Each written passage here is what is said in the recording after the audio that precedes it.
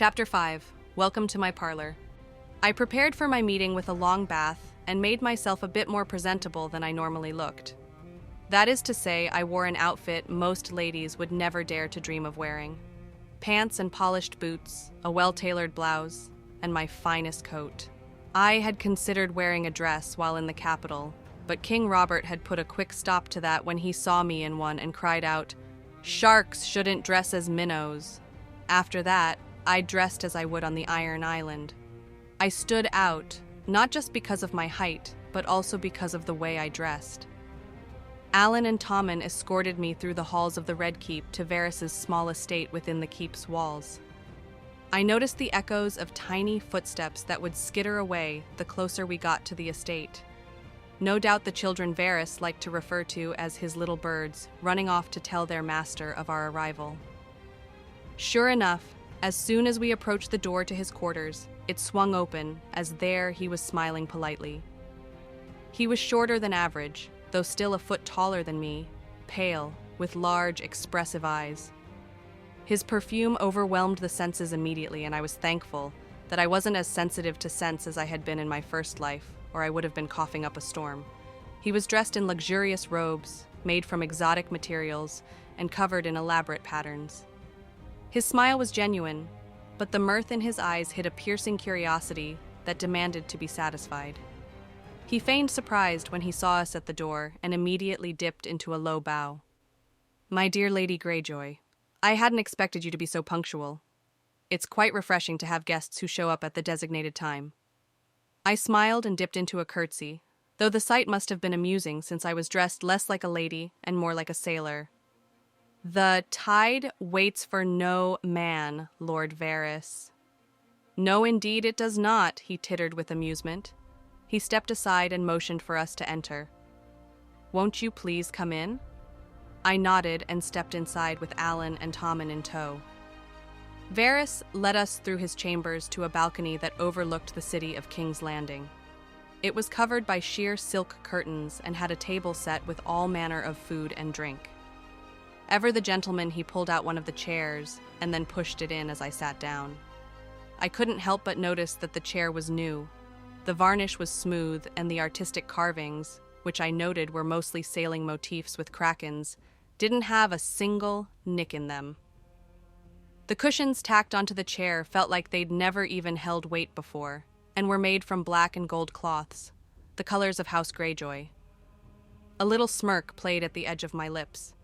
He'd had this chair made for me well ahead of time, likely knowing that I would accept his offer to come to dinner.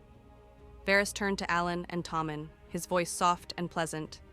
"Thank you, gentlemen, for escorting your lady to this point. If you'll follow my servant, he will show you to a room where you can eat and drink until Lady Greyjoy is prepared to leave. I assure you, you'll be made most comfortable." Alan and Tommen both bowed as they took their leave.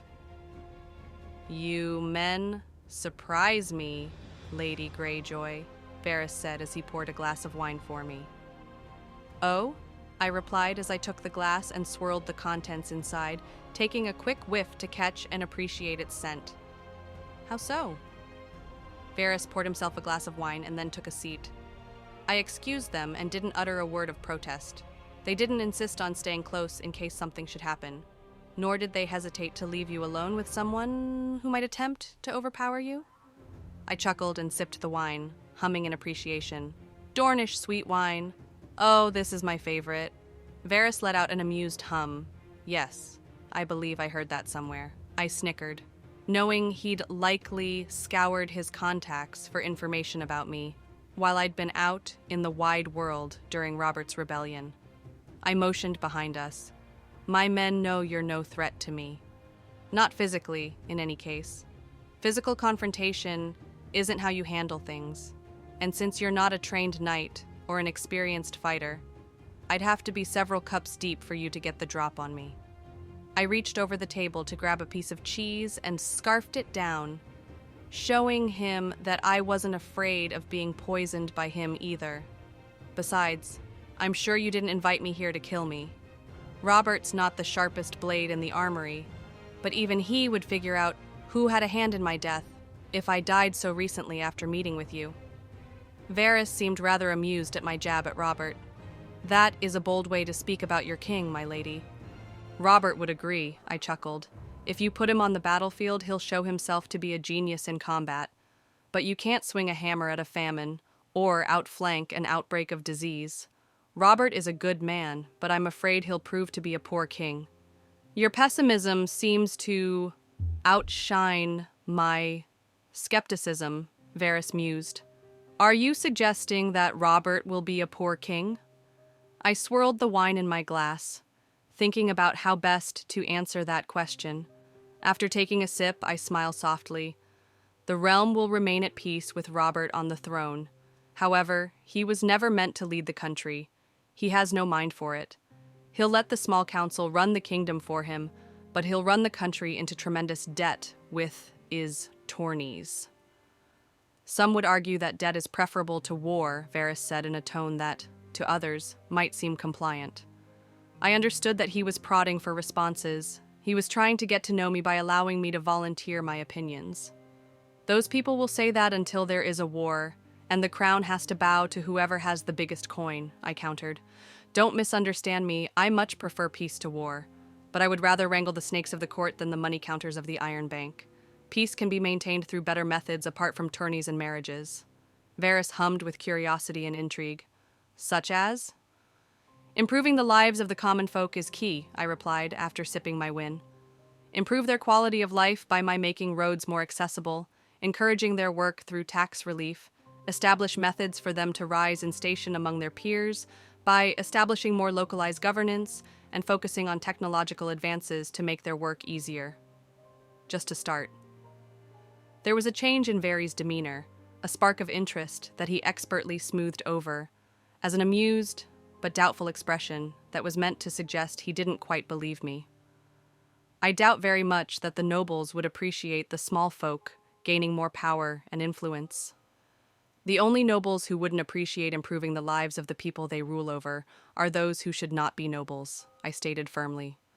They've forgotten that their family wasn't always nobility, and that the great houses all stemmed from some low-born man who shed enough blood for his people that they put him in a position of authority. I looked directly at Varys, my eyes sharp. That's a lesson the Targaryens forgot long ago. Power does not come from birth. It comes from the people whose livelihood it is for you to ensure. Look at the war we just waged. The lesser nobles and commons rose up against the injustice that the Targaryens perpetrated for too long. And now the Targaryens are no more. There was a shadow of a smile on Varys's face for a fraction of a second before he replied, Not all the Targaryens were like the Mad King. No, I agreed with him, they were not. Others used their dragons to murder each other and hundreds of thousands of men to sit on the throne. Some simply whiled away their time, indulging in every act of hedonism imaginable. And the few who did want to improve the lives of their people were killed so that another could take power. As a whole, the Targaryens didn't maintain peace. They simply balanced the bloodshed. I should think you would welcome a peaceful reprieve in King Robert then, Varys said, as if I had countered my own point. I smiled. I like Robert. He'll give us a few decades of peace because no one wants to wage war against a king who killed his way to the throne. But that will be the only good he does for the kingdom. In all other aspects, he will be a detriment.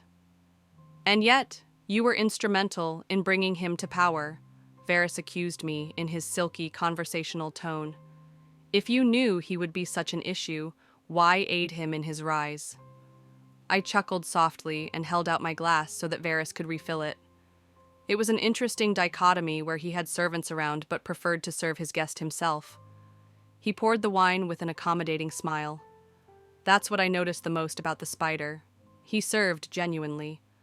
I was his guest, and regardless of his motives, he would not let it be said that he did not show me every courtesy or treat me with anything other than the highest respect. Because our country needs a breather between the Targaryens and whatever comes next, I said, as I bowed my head in thanks for the fresh cup. Personally, I think if the great houses and the minor ones focused on their people and maintaining good finances, they'll be better off once Robert transitions from the throne. That intrigued Varys. He arched a sly brow. Are you preparing for the king to no longer sit the throne, Lady Greyjoy? I chuckled and smirked. We all are at some level. But I can't personally prepare my house for that. After all, I'm the youngest of my siblings, and unless something happens to all of my brothers, I stand no chance of sitting the Salt Throne. I refuse to believe someone who masterminded the Greyjoy fleet's tactics in the rebellion has no further aspirations. Varys pressed in as gentle a manner as possible, keeping his tone conversational while using his words to steer my answer to get the information he wanted. I tittered and gave him a knowing look. I have my aspirations and the means to see them come to fruition. Such as your magic? Varys accused with a slight edge to his voice. I tilted my head ever so slightly, my eyes narrowing mischievously. I don't need my magic to accomplish my goals. It's helpful, but it's not a tool that I need. Varys sat forward, far more focused now than he had been before. He gave me a hard stare. So, the stories are true? Then? You can wield magic. I nodded, not bothering to hide the fact. Myself and Alan both. But I've never used my magic to torture children to get some spark of a spell to contact darker powers. Varys's face paled and his calm demeanor broke as his eyes looked horrified. His voice came out in a whisper. How do you know about that? Magic, I smiled softly. I turned to face him better and gave him a nurturing expression. The man who cut you was evil. Evil beyond measure. He used his power to harm a child for a selfish moment of grandiosity. But magic should be used to aid others, not for selfish means. And if I can, I would be happy to use mine to improve the lives of everyone in the Seven Kingdoms. There was a new mixture of emotions in Varys's expression now, fear and hope. He was quiet for a few moments, before could gather his courage once more. I have a great deal of distrust for magic. And for those who use it, Lady Greyjoy, he said quietly. And yet, I pressed, sensing there was more to come. And yet I cannot help but sense the sincerity in you, Varys continued.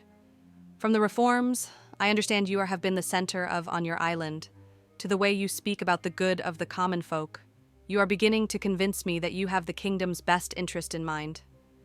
I gave Varys a sincere expression. I have everyone's best interest in mind, Lord Varys.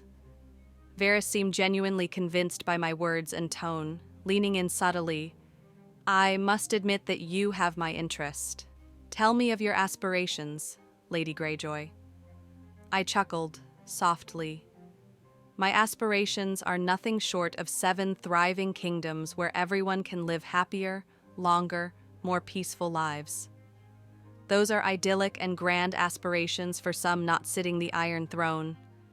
Varys relied with a hint of suggestion in his voice. Indeed they are, I smiled coyly. I suppose I'll have to sit the Iron Throne then, won't I?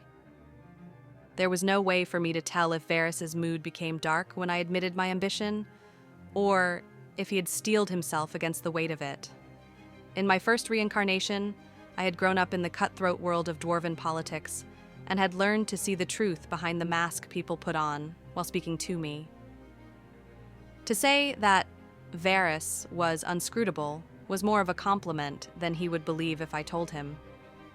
He was remarkably unreadable most of the time. I could see the wheels in his mind turning as he worked out how to respond. He leaned back in his chair and for the first time since our discussion began, took a sip of wine. When you said King Robert would give us a few decades worth of peace, you hinting at a timeline for your plans. A tree doesn't grow overnight, I replied indirectly. Creating a narrative and letting things work in the background takes time. Robert will prove himself incapable of the duty he has taken upon himself. Cersei will prove unfit to stand by his side. And in the meantime, I will work to establish myself as a pillar of nobility. And how will you do that? Varys asked, his intrigue apparent. Being a pillar of nobility, I mean. My name is already becoming well known thanks to the Greyjoys' contributions to the war, I answered. And Robert has made sure that jokes or jibs about my physical stature will be looked down upon by the crown. I believe the moniker of the smallest kraken seems rather endearing, Varys chuckled, and it helps that most associate it with you being the youngest of your kin. I chuckled and nodded. That is lucky for me. But I will show the rest of the world what a noble should do, not just for their people, but for their neighbors as well. I will push for better relations with other noble houses, work to provide resources for their people to use to be more productive, and ensure that Westeros shipping lanes are the safest in the world. When people think of me, they will think of someone who brings peace and prosperity, an ideal ruler if she were born a man. Varys slid the inconvenient truth of the problem with my plans. Rulers in Westeros were typically male, unless something happens when there isn't a male to inherit the family name. I smirked. Remember what I said earlier? Power derives from the consent of the governed. Do good enough work, and people will insist on you doing more of it for them. Earn the trust, love, and loyalty of the common folk, and the nobles who rule them will have no choice but to agree to a change, even if that change bucks tradition. And how much debt should the Seven Kingdoms accrue before it is time for your aspirations to become action? Varys asked, calculating out whether or not he wished to be a part of whatever scheme I was hatching. As I prepared to reply, I noticed what looked like a thin blue thread leading from my glass of wine to the table. It looked like the one I'd seen in my previous life, just before the battle with the Zetons. I had felt an urge to follow it, but had decided against it at the time. That had been a poor choice. This time, I decided to see what would happen if I followed the urge to go where the thread led me. I set the glass down on the table, and the action seemed to grab Varys' attention. Less than it would if I wasn't around, I assured him. With the Greyjoy fleet patrolling the shipping lanes, and my efforts to bolster trade, the Seven Kingdoms will have more money to spare. That isn't to say that Littlefinger won't be making money appear out of thin air on occasion, but he won't have to do it as often. You seem to have a great deal of confidence in your ability to make good on these promises, Lady Greyjoy, Varys said with a hint of admiration. I looked him in the eye, with no pretense of sipping wine or idling away the time. I would be more confident if I had your support, Lord Varys. It wouldn't need to be anything that hindered the king in any way. In fact, you would actually serve to maintain his reputation, so long as you acted quickly enough. Are you asking me to betray the Seven Kingdoms, Lady Greyjoy? Varys asked pointedly, his gaze fixed with mine. I kept his gaze, never once letting my demeanor slip as I replied, I'm asking you to serve the realm, Lord Varys, in a way that will save hundreds of thousands of lives by doing what you would normally do anyway. But you would have me do it for you and not the king, Varys stated, as way to cut to the heart of the matter. I would have you do it for the realm, I repeated, and for the people who desire peace. It took Varys several moments of contemplation before rested back in his chair. Tell me what you would like me to do, Lady Greyjoy, and I will consider whether to join you in your efforts, or do nothing and see how you fare without me. I smiled outwardly, but grinned inwardly. I had him. I had walked into the spider's parlor and was going to come out with a prize. Varys wouldn't have even listened to my proposal if he hadn't already calculated out that I was worth the risk. Now, all that was left to do was to fill him in on the details. He would be instrumental in the effort to take the Iron Throne from Robert. If everything worked out, however, Robert would thank me for it in the end.